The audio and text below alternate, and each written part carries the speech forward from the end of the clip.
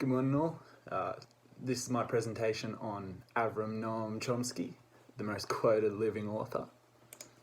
Avram Noam Chomsky was born December 7th, 1928 in Philadelphia, which is in the USA. He's a famous linguist, a philosopher, a cognitive scientist, a historian, and more infamously, a social critic and political activist. His political activism started very young, at the tender age of 10, when he wrote his first paper on fascism, or the threat of, which at the time was a big deal, and being 10, it was an even bigger deal coming from him. He's cited as the father of modern linguistics and has been known to come up with an entirely new way to look at how we develop our linguistical skills, saying that we are born with the genetic predisposition to be able to pick up languages, but as we grow older, it sort of shortens down, which is why babies are so good at picking up new languages, whereas as an adult it's much harder. Apologies. So he's written over 100 books on various subjects, received 30 honorary degrees, and is a respected leader in the support of human rights across the world. Today, Chomsky pushes for action against the potential threat of nuclear war and the ridiculous amount of power that governments seem to hold. This is especially true in the current climate. Current climate being that we are kind of on the back step with our government not knowing what's really happening with the coronavirus, and there seems to be a lot of skepticism going around about what they're doing, and a few theories going around that we might have been sold out. But everyone's entitled to their own opinion, which is another kind of, saying by Avram Noam Chomsky, is that if we take away the freedom of speech from an individual, even if we believe they to be wrong, then we're no better than a tyrannical government. So politically, he identifies as a libertarian socialist, which he believes the most basic human needs, which is community, ability to interact with those around us, liberty, and freedom of association. So we should be able to have freedom of speech to do what we want. As long as it doesn't hurt other people, we should be able to say what we want. Everyone's entitled to their own opinion, even if they might be wrong. So during his career, he was well known for his anti-war activism, and his critique earned him kind of to be put on the watch list with President Nixon. It was very intense. So, I was first introduced to Noam Chomsky by my ethics professor, Jody Moser.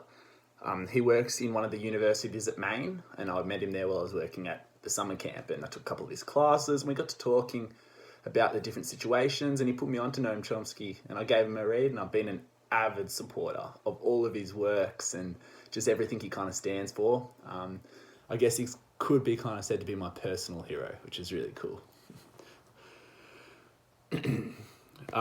So I believe that his ideals and his practices are kind of underrepresented in today's age, and I believe that that's due to a bit of governmental and corporate influence, because Noam Chomsky says that these kind of large governments and businesses are deliberately harming the individual, which is us, for their own profit, which you can kind of agree with. As you see, there's different corporations who would rather sell the cancer treatment off for millions of dollars than to give it away and save millions of people. So the aim of my research will be to better understand the extent of Noam Chomsky's influence on modern day ethical practices and politics. Or, in question form, to what extent did Noam Chomsky influence modern day ethical practices and politics? Many scholars and politicians will agree that he's one of the most influential people of today's age. But that being said, there is very few comparisons between the decade that would help us better understand how he's influenced. And there's very few kind of references to his works in today's school and stuff as well, which is kind of sad because he's honestly one of the most, kind-hearted yet avid activists you'd ever meet. He really cares about the people around him. And I reckon we could all take a leaf out of that book and, learn a bit more about him.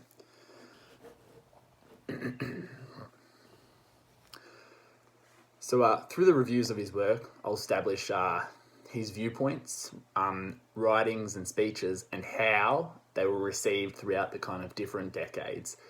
So, for instance, during the 1950s, how was he received by the general public compared to how he's received to now, which will probably be he's received now with a lot more open arms by the general public, but still would be the same kind of infamy among government and corporate businesses because of how he kind of shuts them down and tries to expose them. So my study will be biographical in nature, as I will investigate the individual's daily life experiences, and their past and future perspectives, using a variety of materials and interpretive approaches. I'm going to ascertain the extent of his influence on modern day ethics and human rights through his different works throughout the years, as well as the different critical reviews made by other people. It'll be presented in mostly qualitative form, as I'm more interested in the meanings, the concepts, and the characteristics, the metaphors, the symbols of everything that's behind his work and how he's influenced other people, rather than the quantitative data about like statistics and stuff. I'm not really interested too much in that. I want to know more how he influences people and how they feel.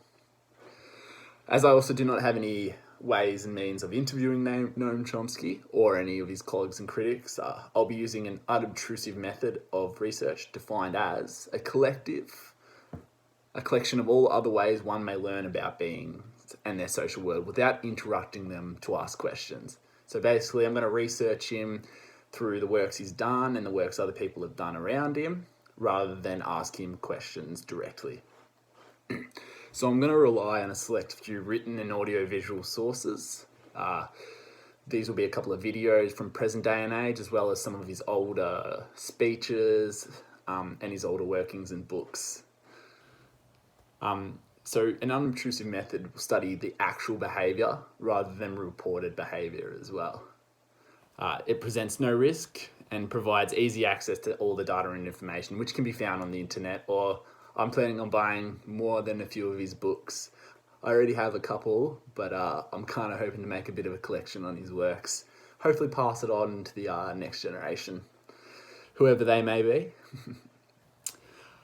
So in thinking about the effect of Chomsky's work, we have to dwell upon the reception of Chomsky's work and the perception of Chomsky as a Jewish person, a linguist, a philosopher, a historian, a gadfly, an icon, and an anarchist. And that was a quote by Barsky in 2007. So it kind of goes on to say that he was on the same kind of path and idea that I was, which is we need to look more closely at his work to better understand ourselves and those around us.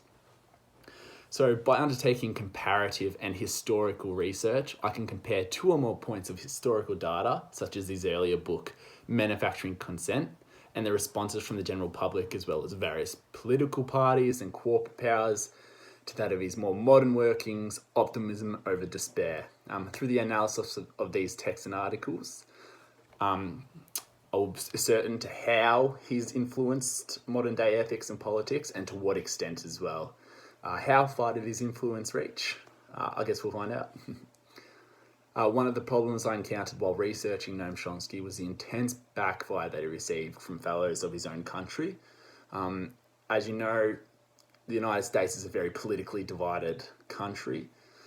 Half seem to stand behind Noam Chomsky and his ideals, and the other half seem to label him almost as a political terrorist who is intent on destroying his own country, which is quite absurd, but some people will dig their heels in when you try and convince them of something that they believe in. They'll backpedal, back up against the wall and lash out instead of trying to learn new things.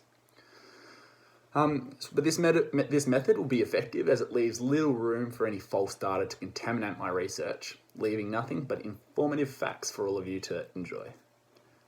Thank you for listening. Hope you enjoyed and hope you all learn a little bit.